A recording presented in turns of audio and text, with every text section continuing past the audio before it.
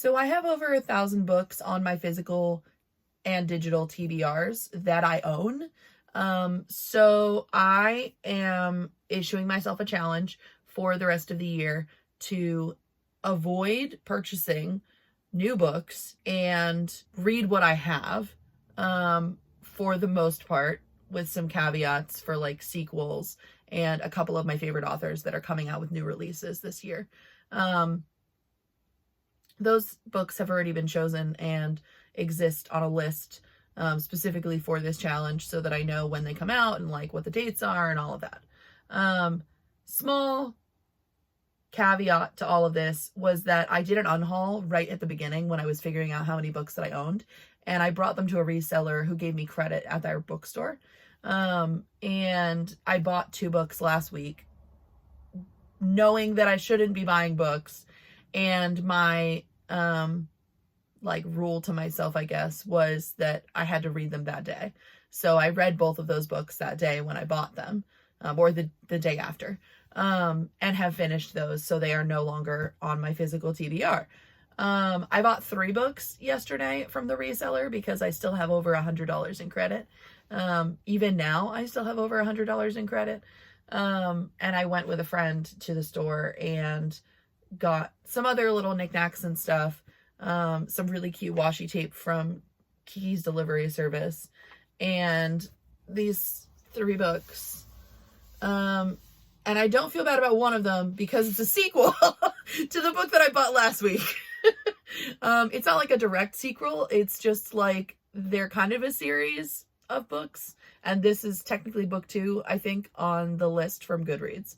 So I read the first book, Strange Houses, like 2 days ago when all of this occurred. And it was really wild and kind of blew my brain a little bit. And I can't stop thinking about it. So I picked up Strange Buildings yesterday, which is what we're going to be reading today.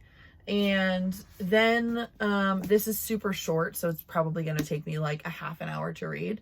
I got this graphic novel by Katie O'Neill, who is one of my favorite illustrators, and I've never seen this in the wild.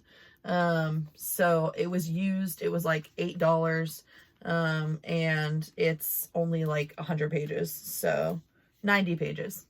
So I will finish this and not have it on my physical TBR anymore very shortly. I'm going to read this today as well. And the last thing is Vita Nostra, which a friend of mine really, really adores. And I've heard about this book a number of times, but always in like weird, creaky parts of the internet, like on random lists of books that people think that are super underrated on Reddit or Tumblr. I find this book and like notions to this book, and I'm just like, I'll pick it up eventually. And they had it used at the store, so it was also $8. And I was like, I've never seen you in the wild. You will be mine. So all of that to say, this week's plan for a TBR, because I'm gonna set a TBR this week. The only book that I was still reading from last week that I haven't finished is Honeycut, by Sierra Simone. It's book 2 in the Lioness trilogy. And I have the sequel to that, Bitter Burn. I am going to read between now and next Sunday these 5 books. That is the plan. I read fairly quickly, and I have Sunday, Thursday, and Friday off. So it's a little bit later than I wanted to be getting started today, but I'm going to start with this, just knock this out, and then start with Strange Buildings and see where I get. I am this far into Honeycut right now. And I have it, this one and Bitter Burn, once I finish them, are gonna knock off both an ebook copy and a physical copy for me, because I got these as ARCs really, really long time ago, and I hadn't read the first book. And then I finally read the first book, but I didn't have time to pick up the ARCs. And in the meanwhile, the actual books came out. So I will be happy to have them off both of those TBRs. It's kind of like a double two for one special. So this is the plan for the next week as our TBR. And yeah, I don't know how I'm feeling about Vita Nostra. I have high hopes for it because I've heard such good things from my friend. But I really don't want to have to buy 2 sequels because it's a trilogy. So I'm kind of hoping that I'll just think, oh, it was okay, and then be like done with it. But at the same time, like, that's not the vibe that I've gotten. The vibe that I've gotten has been like, you will love this. So we'll see. Hopefully everything will go well and we will have a good reading week. That's the goal. So, yes. So just finished reading Aquacorn Cove and by Katie O'Neill. And it was so cute. I really love this illustrator. Her style is just gorgeous. And it's like this super soft, almost lineless style. And everything that she does is just so soft and poignant and hopeful and everything that we need in this terrible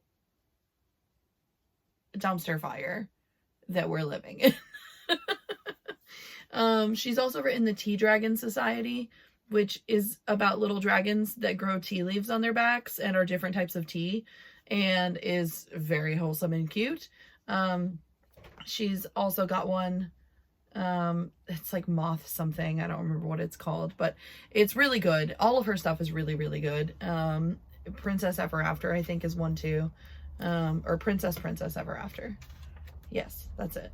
But yes, read this if you happen upon it. It'll make your day better. This like is technically kids comics and graphic novels. If you're like in a bookstore, it's a kids comic and graphic novel, but sometimes you just need a little bit of wholesome in your life. So now that I've read that, we're going to move on to Strange Buildings, where a bunch of murders take place.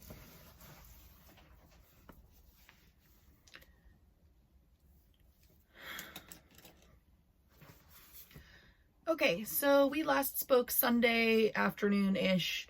It is now Tuesday evening, 10:40.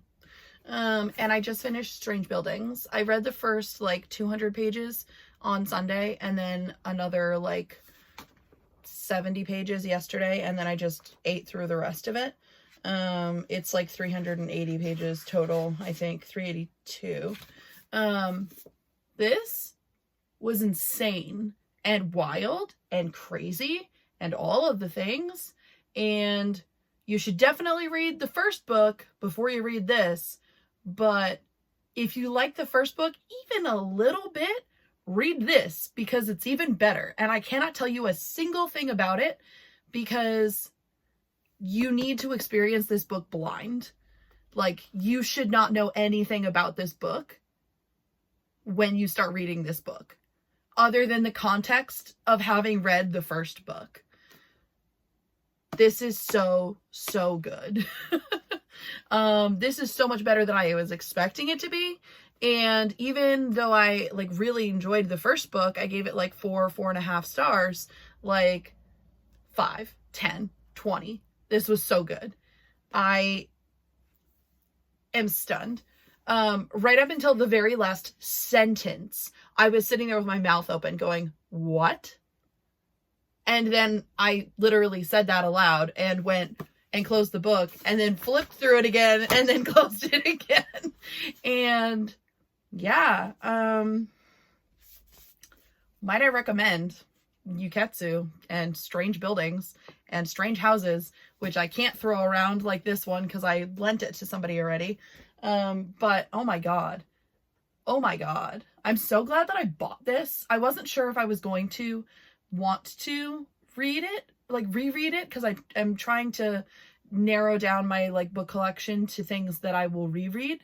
And yeah, No, I'll reread this. I will 100% reread this. This is crazy. This was so crazy. Wild. It was a wild experience. So anyway, closing that door. So we read Aquacorn Cove on Sunday, finished this today. It's Tuesday. I still have these 3 ahead of me before Sunday. So I've read a little bit more of Honeycut, maybe like another 20 pages or so, but I read it on my ebook copy. So I haven't actually updated this. But it is really good. I'm really enjoying it. Let's see. I don't know where I am. I'll have to figure that out. But yes, so I'm gonna try and power through Honeycut, and I'm assuming the trajectory of Honeycut will lead me into Bitterburn, and then after I am done flailing about after finishing those 2, then I'll start Vita Nostra is my plan for the rest of the week. So we'll see where that takes me. I did update my reading journal. I didn't really have any like stationery that really works for Strange Houses or for Strange Buildings, or for like Attention Seeker from Darcy Michael from like last week, or Aquacorn Cove. So they're like probably the most boring pages in my reading journal. We're just not going to look at those for right now. We'll look at them in a flip through. But yeah, I just didn't have stationery that really worked for like modern Japan. Just not stuff that I have.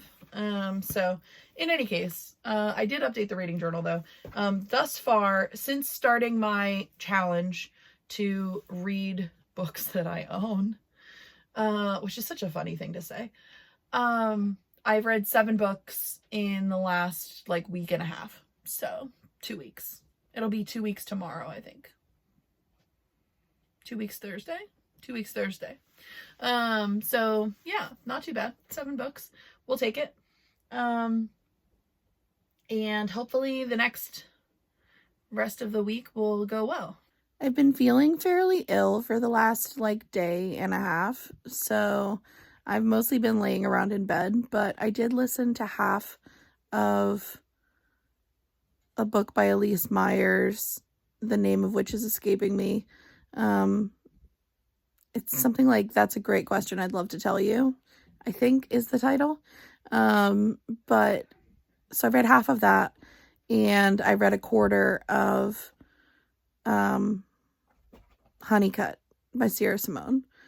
So that is my great contribution to reading the last day and a half. It is now Thursday night, and I feel like ass, so I'm gonna go to bed, but I felt like I probably should update you. So I just finished listening to That's a Great Question I'd Love to Tell You. I think that's what the title is, by Elise Myers, who's like a TikTok social media person. And it was like a memoir about her life and just like awkward times in her life. She's very neurodivergent in a way that doesn't speak to my neurodivergence. I did not like the book. Her like embarrassing moments gave me like secondhand embarrassment, and her like level of anxiety was so high the entire way through that it was just giving me anxiety, and I did not enjoy my time. I listened to it as an audiobook, and I got to the point where like I normally listen to audiobooks at like 1.5 speed, and I bumped it up to 2.25 because I needed the book to be done faster. So that's where we're at. Finished a book. That's great. Didn't enjoy it. It's probably my least favorite book that I've read this year. And by probably, I mean it is. So feel bad about that, because I do like her in like social media aspects. Like I do like her short form stories. But these were just so full of like anxiety and stress and like neurotic just craziness that I did not have a good time. So don't know that I would recommend it to anyone, but it seems like a lot of people maybe have that feeling because it's only got like 3.6 as its review on Goodreads. So I don't know. I didn't read any of the other reviews, but when I was just updating my Goodreads, it's not like it's got like overwhelmingly like 4.5 stars or something like that. So in any case, 3 stars from me. Now I'm going to go back to Honeycut. So I'm at a bit of a dilemma. I just finished Honeycut by Sierra Simone, and it was amazing. 5 stars, 10 out of 10, all of the things. The ending was insane, and the last like 25% of the book, I was just like locked in. Honestly, like most of the book, I was just locked in. I read the last like 50% of it today. So, I just, wow. Okay. But now I feel this like overwhelming book hangover feeling, which happened when I read the first book. When I read the first book, the second book wasn't out yet. So I had to just sit in that feeling and like exist. I have the third book. I could start the third book, but I'm feeling like so awash with like emotions and like feelings and anxiety that I'm not really prepared to read the third book yet. I may just start it and see what happens, but I don't feel like reading the third book right now. And the only other book on my TBR for the week is Vita Nostra, and I don't know that I want to start another series while I'm in the middle of this series. So I'm kind of at a standstill unless I find like a standalone to pick up somewhere. But yeah, I am having a time. So that's where we're at. So the week is over and I finished reading 4 books, 3 of which I physically have. I didn't wind up reading anything else Friday night after I finished Honeycut. I just vibed. And then Saturday was just too busy. I did start reading another book Saturday night, but I finished it this morning, so it'll be in this coming week's reading vlog. But I started Strange Pictures. So we did all right. I didn't read Vita Nostra or Bitter Burn this week, but they're both pretty beefy, so I'm not super surprised by that. And like this was kind of beefy, as was this. So I'm not unhappy with my reading, as it were. And then I read the graphic novel, this one, and then That's a Great Question I'd Love to Tell You by Elise Myers, which I will put here. But yeah, not a bad reading week. I still haven't decided, like I realize it's like the 4th day of April, but like I haven't decided if I want to make a TBR or not for April, or if I just want to wing it and make like TBRs every week and just like do it on a case-by-case kind of basis. I'm thinking that that's probably more reasonable, but yeah, so hopefully we will see more progress in killing my shelves next week.